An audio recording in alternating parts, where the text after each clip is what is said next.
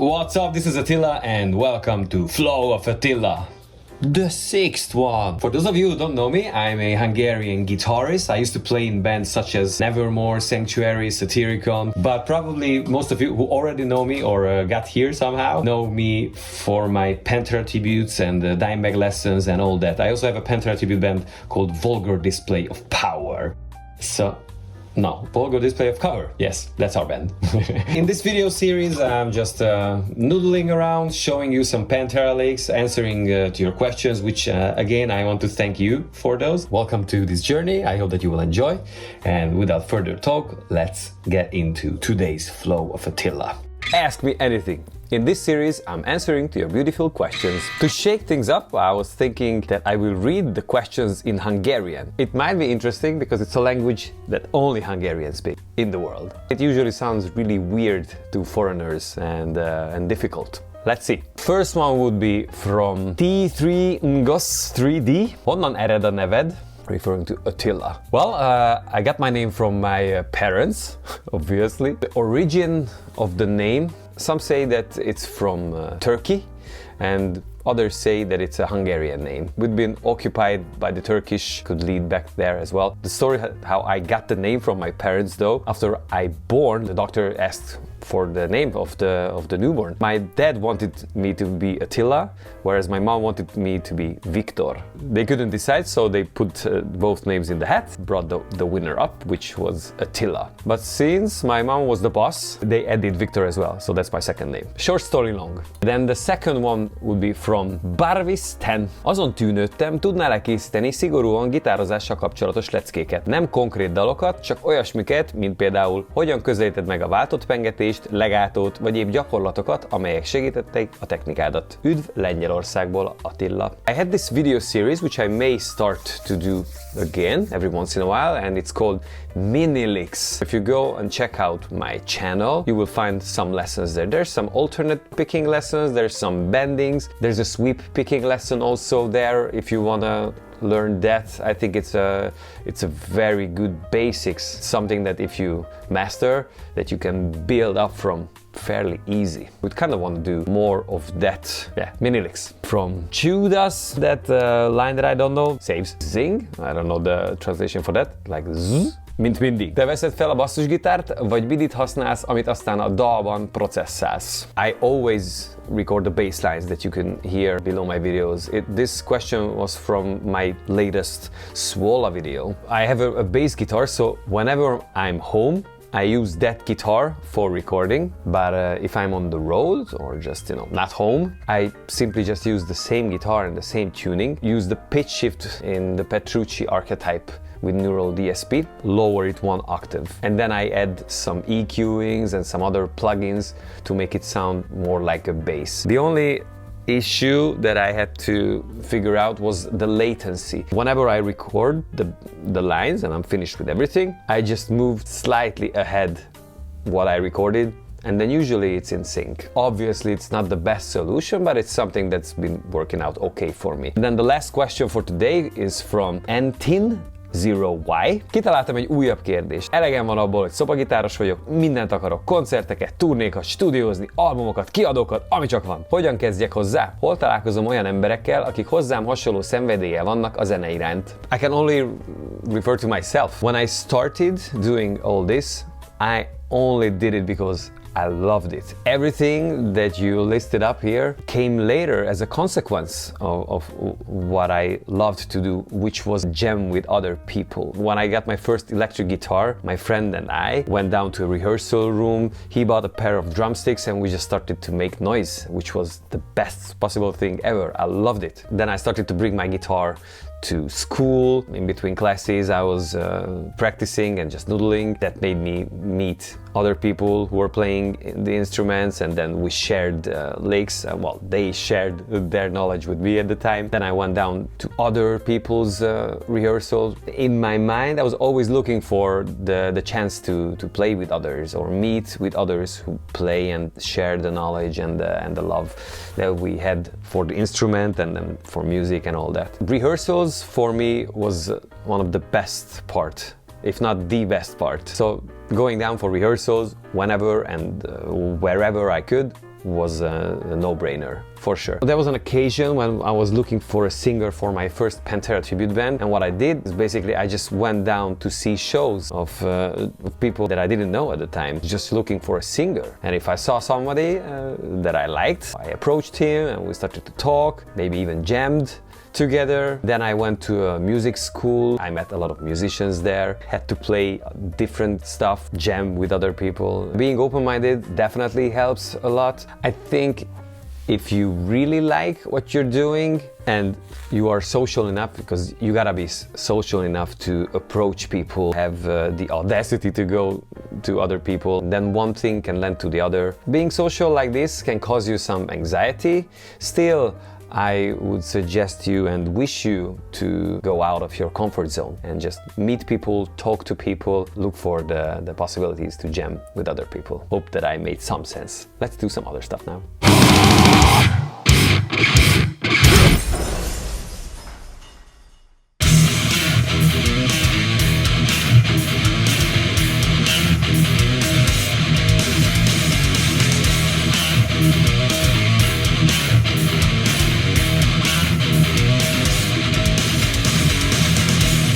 Okie dokie. So apparently there was some controversy around my latest regular people main riff lesson, whether if it's up here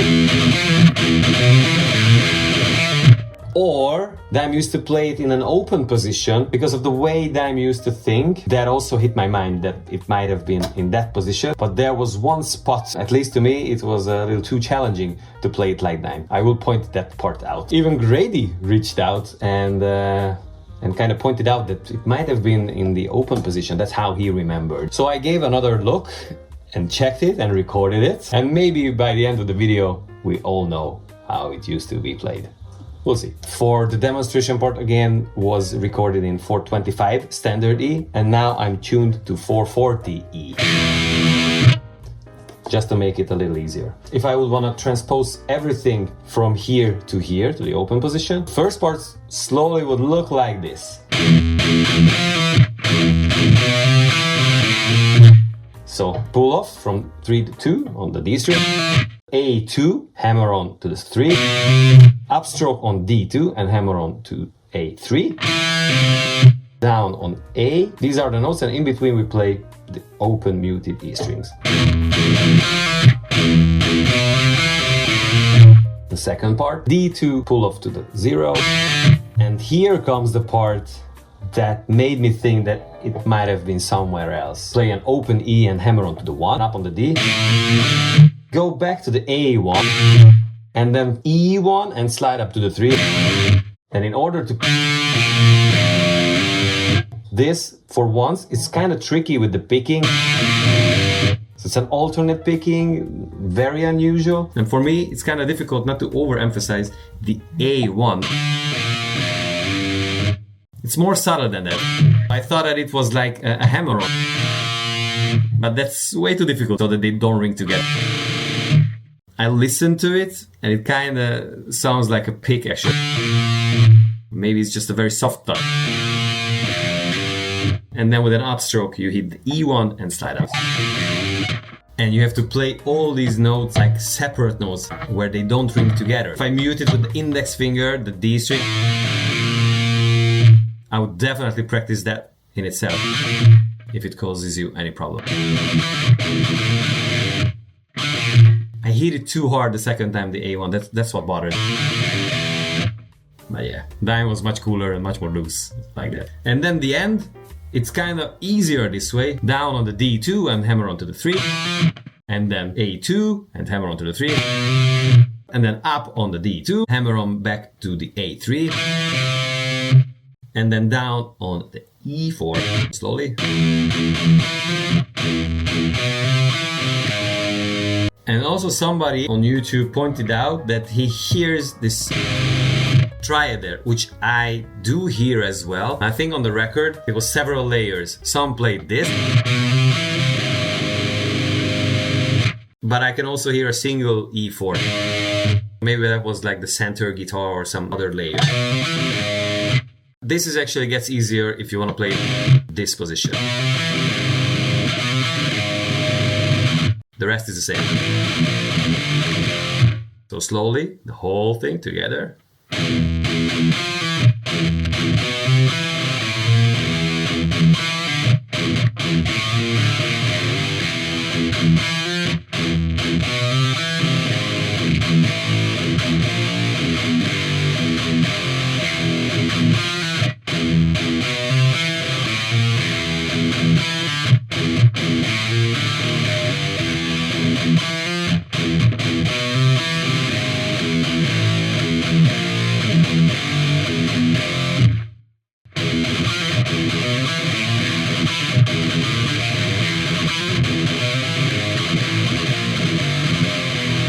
So what do you think? Is it in the open position or up here? Let's just play the two after each other.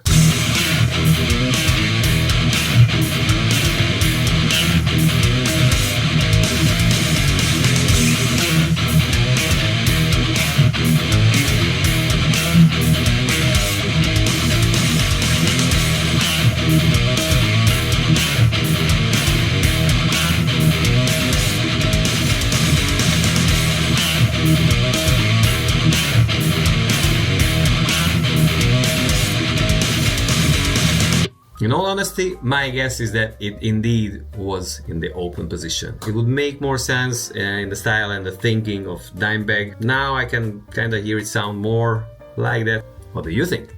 I kind of like these react videos. So yeah, let's do that. There's a pretty cool live footage. Well, I was gonna say that it has less views than it's supposed to have, and now I see that it's 1.1 million. It is super well deserved. When I first saw this video, I couldn't believe my eyes and my ears. It's just ridiculous. It's such an amazing footage of Dislav, and this version of Dislav in particular is something that I bring up quite oftenly when I teach guitar. There's an essential part of Dime's playing that transpires a lot in this video and in this version of the solo. But yeah, let's just watch the whole video and I will react. And then we'll see how it goes. The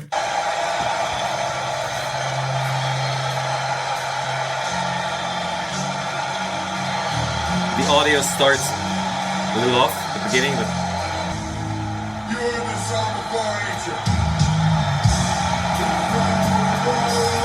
And now I think the audio starts right. Yeah. We're good.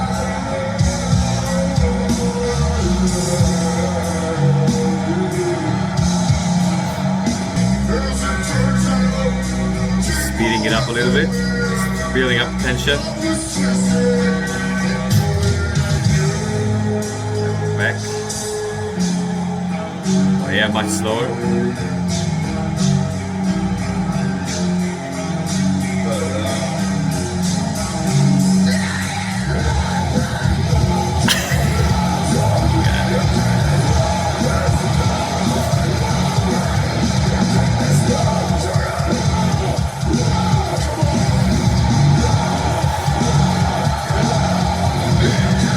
See, I got goosebumps.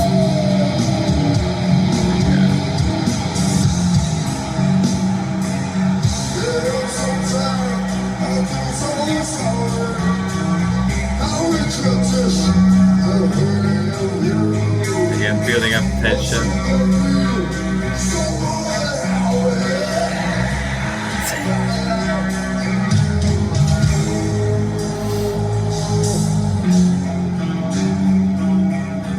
Waving people in to sing for the chorus.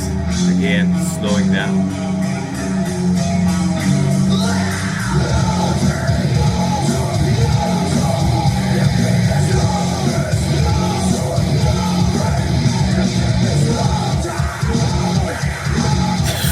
So heavy.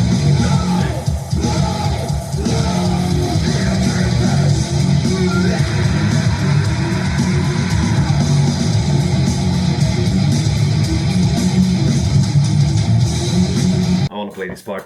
Yet.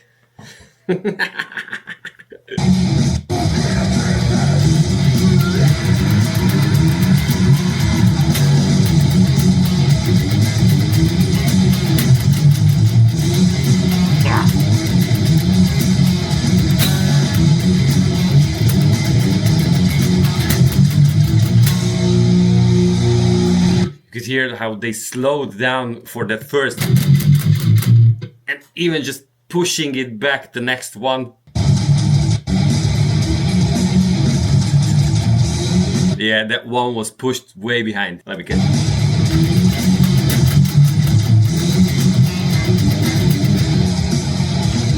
Something like this. They were breathing it together so much so.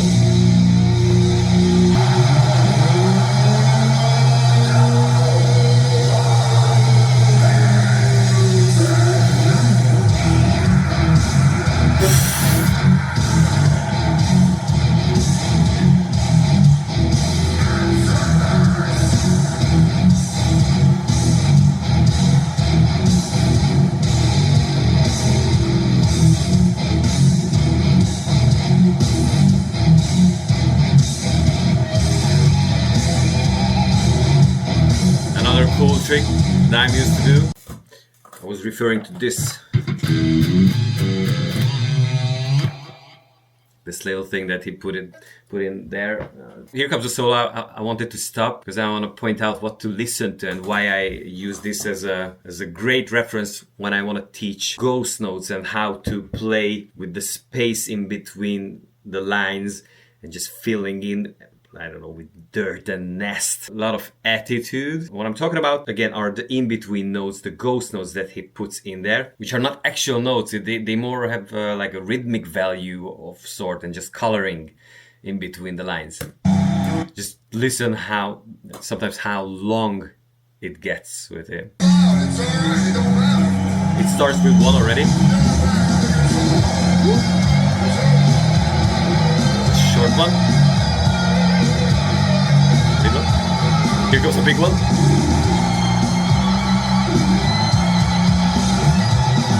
And here comes the biggest one.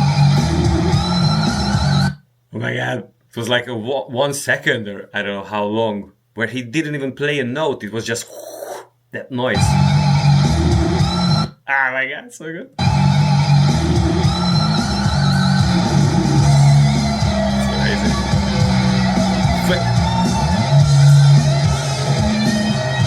When you hear those wow, just how he starts those notes, that just, you know, the attitude.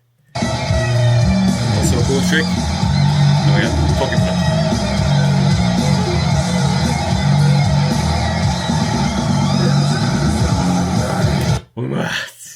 So good.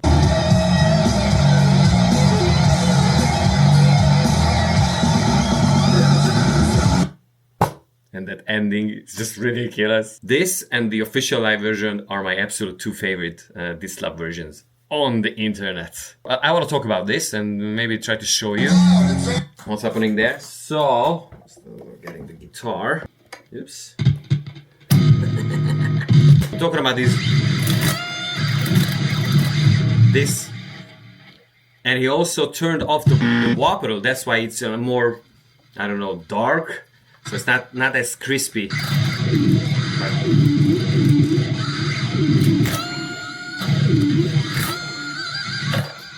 Let me try to show you.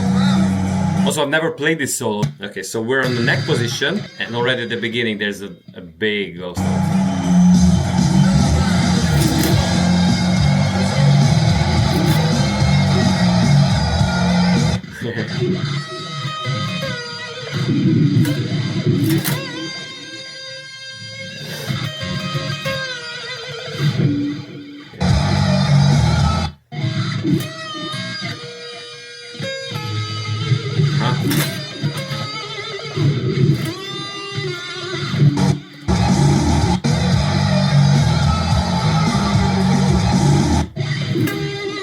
Oh, it stops there, okay. Oh, it's just my brother.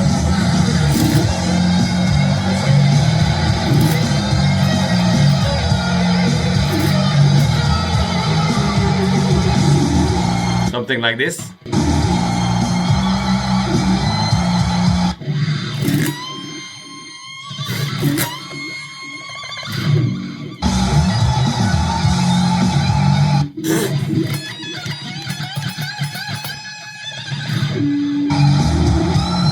And then comes the... big one. Yeah.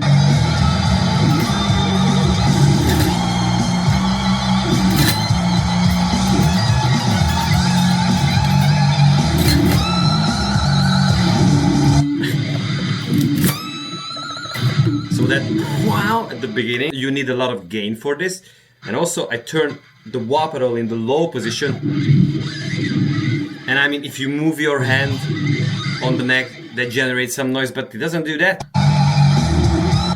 No, I see the lower strings, as you can see.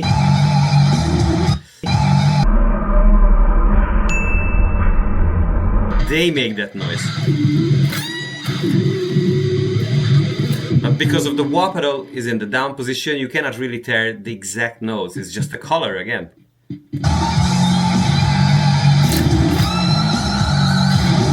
Yeah. Yeah, so you can also do that.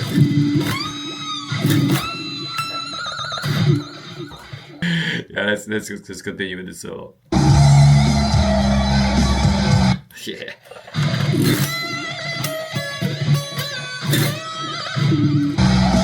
Oh, that's a vibrato.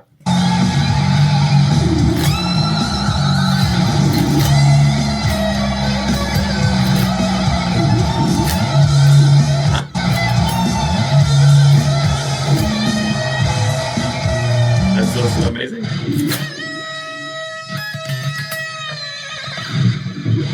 Yeah, so here he bends up a whole note, B15, and with the pinky you go to the 17th, 18th, and back to the 17th.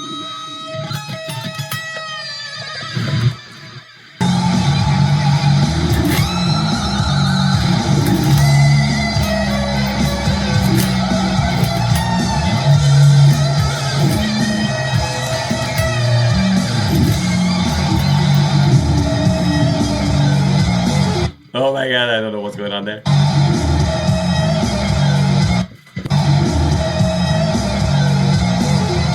Yeah!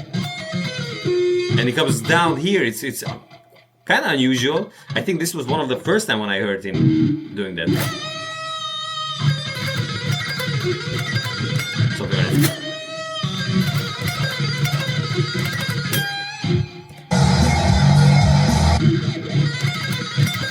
Yeah, and then he stays there.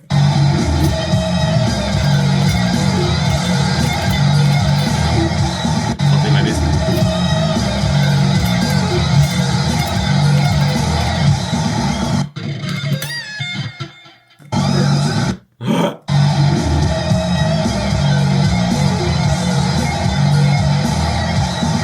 Oh wow.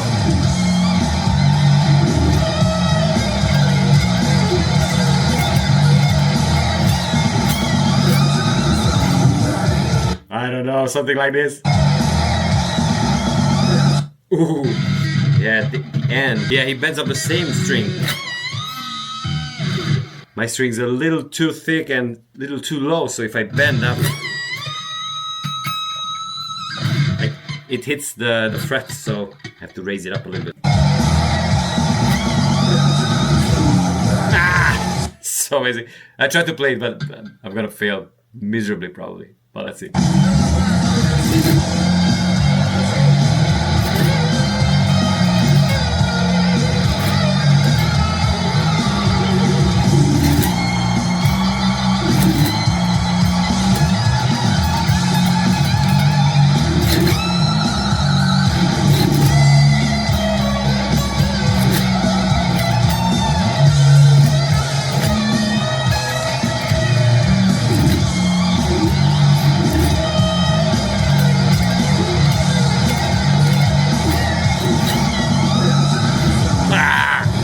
Something like this. Let's just listen to the rest.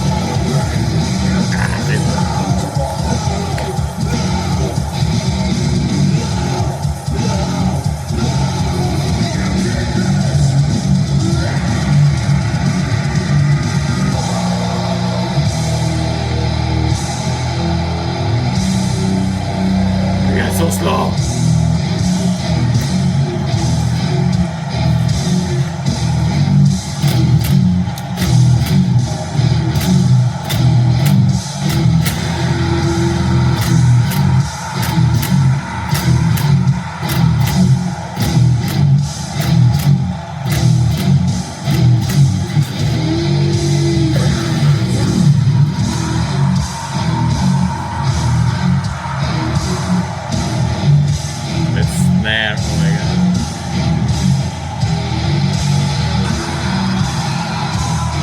lights of a cigarette.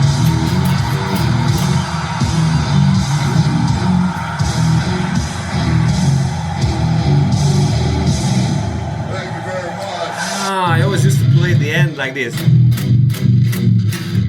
It's not chromatic. That's new to me. Yeah. So good. I'm gonna put the link for this video in the description, but if you just type in PanterA This Love Live TV, yes, 1996, then you have to find it. Well, thank you very much. This was it for today. I hope that you enjoyed today's flow of Attila. If you got any questions for the next AMA, just make sure that you put them in the comment section down below. Also, I got a Patreon site, so if you want to support me directly and help me to grow this channel, you can do that by clicking on the Patreon link down below. If you become a Patreon, you get early access for videos as well as all the tabs that I create. I make tabs for these PanterA Riff of the Weeks as well as my old lessons, and everything is available and everything is available there. So again, if you want to support me and or get the tabs and other exclusive contents, just make sure that you check out my Patreon site. Also, don't forget to subscribe and hit the notification bell so that you get notified from future contents, and you can also help me like doing that, but you know that. Thank you very much for tuning in, and I wish you a fun day. Ciao.